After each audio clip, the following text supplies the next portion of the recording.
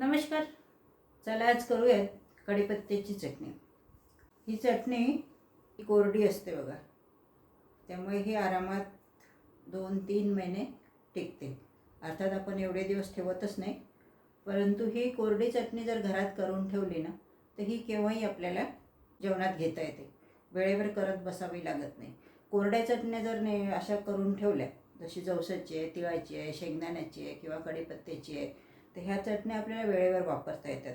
शिवाय कसं, या कढीपत्त्यामध्ये भरपूर प्रमाणात कॅल्शियम असतो, तर हा पण आपल्याला मग सप्लिमेंट घ्यायची गरज भासत नाही. शिवाय कसं, केसांसाठी पण कढीपत्ता उत्तम असतो. केस गळती जर होत असेल तर कढीपत्ता आवर्जून जेवणात घ्यावा. अशी ही बहुगुणी कढीपत्त्याची चटणी कशी करायची ते आज आपण बघूयात. चला तर मग सुरू करूयात कढीपत्त्याची चटणी. बघा, हा कढीपत्ता स्वच्छ धुवून कोरडा करून घेतला. असं छान याला स्वच्छ धुवून घ्यायचं आणि घरातच असं कोरडा करून घ्यायचा एका कॉटनच्या कापडावर टाकून, म्हणजे आपल्याला भाजायला सोपा जातो. थोडा सुकून घेतला की लवकर भाजला जातो. तेव्हा असं भरपूर कढीपत्ता मिळतो ना, तेव्हा चटणी करून ठेवून द्यायची. स्टोअर केला तरी महिनाभर आरामात राहतो काचेच्या बॉटलमध्ये. त्याचा व्हिडिओ मी टाकला आहे, तुम्ही बघू शकता डिस्क्रिप्शनमध्ये. आणि चटणी जर करून ठेवली तर 2 ते 3 महिने तुम्ही तिला खाऊ शकता. छान राहते कोरडी चटणी. अशा प्रकारे आता आपण याचे सगळे पानं काढून घेऊया आणि मग याला थोडंसं तेल टाकून भाजून घेऊया.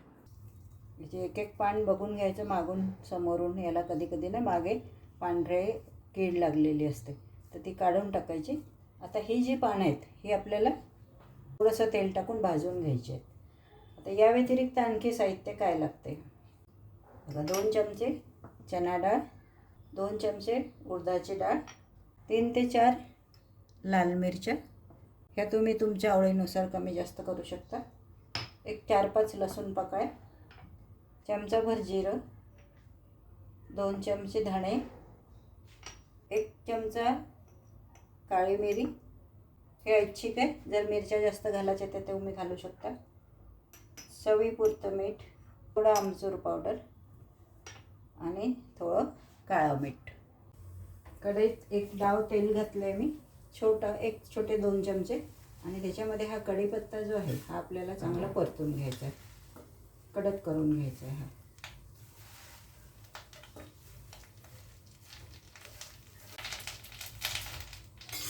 हा हळूहळू तेलतो आणि कमी होतो कढीपत्ता. हा जरी आता दिसायला कढईवर दिसत असला ना तरी हा भाजल्यानंतर एकदम कमी होत असतो. याला असं मीडियम गॅसवर भाजून घ्यायचं आपल्याला. बघा, कढीपत्ता एक तर तुम्ही असा तेलात भाजून घ्या किंवा एअर फ्रायरमध्ये तुम्ही भाजून घेऊ शकता. ओव्हन असेल तर तुम्ही ओव्हनमध्ये पण याला सुकवून घेऊ शकता. ओव्हनमध्ये किंवा एअर फ्रायरमध्ये जर केला ना तर त्याला चटणीला रंग छान हिरवा येतो. पण असं तेल टाकून जर भाजला ना तर याची चव आणखी छान येते. खूप जास्त तेल घालायचं नाही, कारण ना चटणी ही आपली ठेवणीची असते, तर याला तेलाचा वास नको लागायला. कढीपत्ता भाजून झाला आहे, याला आता बाजूला करू आपण आणि बाकी मसाला भाजून घेऊया. हा कडक असाच याच कढईत राहू द्यायचं, म्हणजे हा कडक होतो. गरम कढईमध्ये जर याला ठेवलं ना तर हा कडक होतो छान. आता याला बाजूला करूयात आपण. परत थोडं तेल घालून घ्यायचं आपल्याला. त्याच्यामध्ये घालायच्या डाळी, लाल मिरच्या. आधी हे परतून घ्यायचं चांगलं, कारण हे जाड आहे तर याला परतायला थोडा जास्त वेळ लागतो. तर हे आधी परतून घ्यायचं थोडं. हे झालं की मग बाकी टाकूया.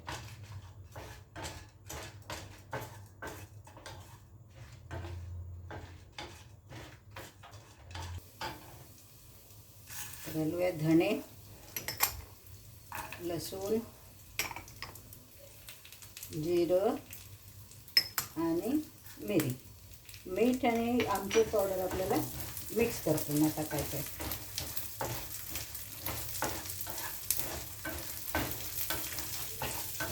याच्यामध्ये तुम्ही तीळ पण घालू शकता.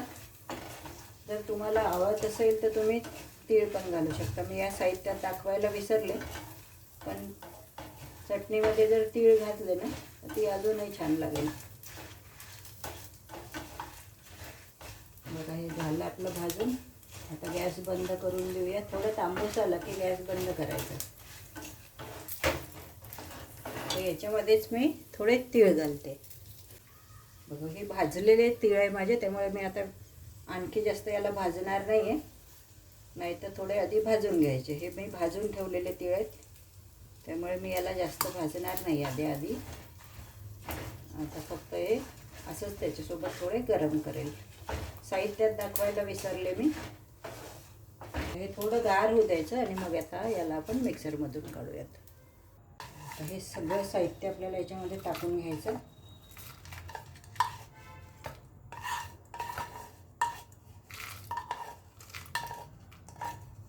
ह्याच्यामध्ये हेच घालायचं आहे आमचूर पावडर, चिमूटभर काळं मीठ, चवीपुरतं आपलं साधं मीठ, 1 चमचा साधं मीठ घेतलं. बारीक करून घेऊया मिक्सरमध्ये.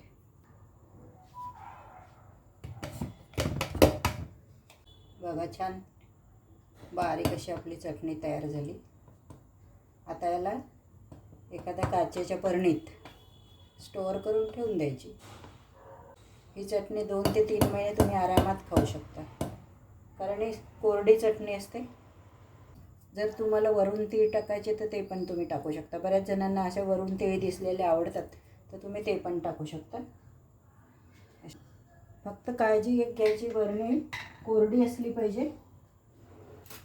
शक्यतो काचेची बरणी वापरा आणि ती कोरडी असली पाहिजे. त्याच्यामध्ये काढून ठेवायची.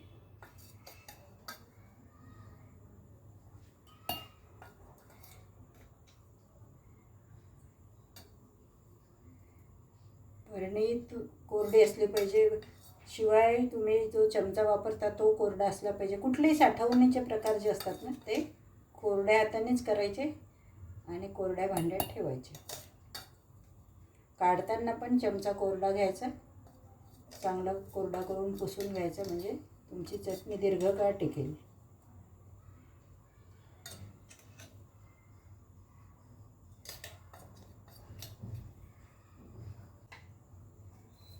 त्याला झाकण टाईट लावून ठेवून द्यायचं.